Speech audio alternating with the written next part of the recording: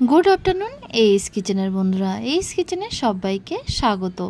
आज आमी बानाबो एकटी आलादा रकमेर असाधारण स्वादेर रेसिपि चिकेन सोयला।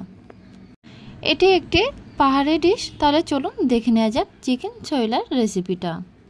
चिकेन सोयला बानाबार जोन्नो एखाने आमी नियेछि 400 ग्राम बोनलेस चिकेन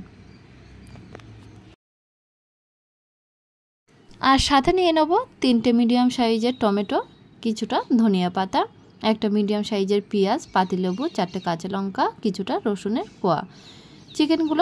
चिकेनगुलो एकटू छोटो करे केटे नेब। देखुन एकटू किউব साइजेर करे केटे निয়েছি।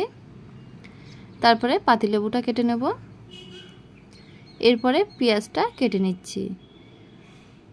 पेঁয়াজটা এইভাবে কেটে নেব। এরপরে টমেটোগুলো অর্ধেক করে নেব, যেহেতু টমেটোগুলো একটু হালকা ফ্রাই করে পেস্ট করে নেব, এই জন্য টমেটোগুলো হাফ করে কেটে নিচ্ছি। এরপরে ধনিয়া পাতাগুলো কুচিয়ে নেব, লঙ্কাগুলো এরকম ভাবে কেটে নিচ্ছি। তারপরে দেখুন মিডিয়াম ফ্লেমে একটি কড়া বসিয়ে কড়াইয়ের মধ্যে বেশ কিছুটা সাদা তেল দিয়ে দেব। তেলটা গরম হয়ে গেলে চিকেনের পিসগুলো কড়াইয়ের মধ্যে দিয়ে মিডিয়াম ফ্লেমে রেখে ভালোভাবে ফ্রাই করে নেব। আর এই সময় দিয়ে দিচ্ছি ছোট চামচের हाफ चामचের একটু বেশি লবণ এবং हाफ চামচ হলুদ। চিকেনগুলো বেশ কয়েক মিনিট ধরে মিডিয়াম ফ্লেমে রেখে দেখুন ফ্রাই করে নিতে হবে। চিকেনগুলো যখন পুরোপুরি বয়েলড হয়ে আসবে এবং ফ্রাই হয়ে আসবে, দেখুন এরকম একটা কালার চলে আসে, এরকম সময় কিন্তু আমি তেল থেকে তুলে নিলাম। ওই একই তেলের মধ্যে টমেটোগুলো ফ্রাই করে নেব।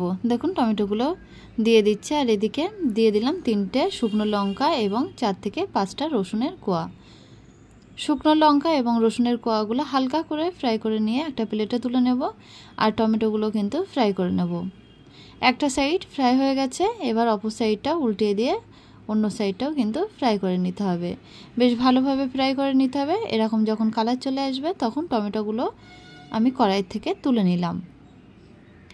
নিয়ে ঠান্ডা করে খোসাগুলো ছাড়িয়ে নিলাম। নিয়ে তারপর একটা ব্লেন্ডার জারের মধ্যে দিয়ে দেবো।